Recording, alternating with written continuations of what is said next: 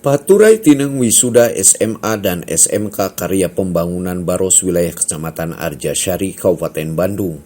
Usai melaksanakan kegiatan wisuda menghadirkan beberapa kreativitas seni dan budaya. Hal tersebut menjadikan sebuah momentum yang sangat tepat untuk mengembangkan potensi siswa-siswinya. Sehingga lulusan SMA dan SMK Cafe Baros dapat mengantongi prestasi yang terbaik.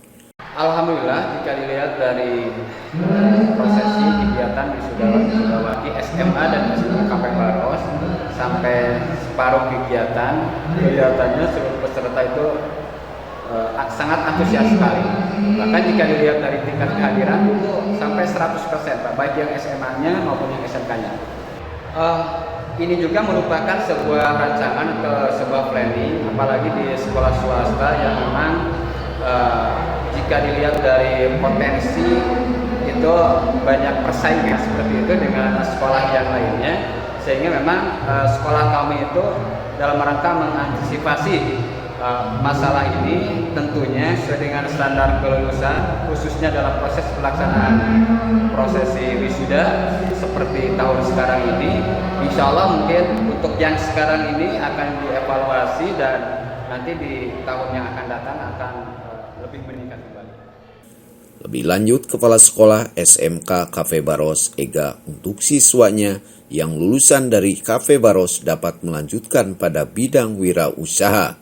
Selain itu juga lulusan dari SMK Cafe Baros mampu berwirausaha pada bisnis digital. Alhamdulillah kita bisa melaksanakan perpisahan untuk siswa kelas 12 yang harapannya mereka nanti setelah lulus di sini yang sudah SMK Karya Pembangunan Baros ajarkan, yaitu mereka bisa melanjutkan berwirausaha atau bekerja dengan belajar dari kemarin pandemi, di masa pandemi mereka diajarkan lebih ke berwirausaha mengenai digital.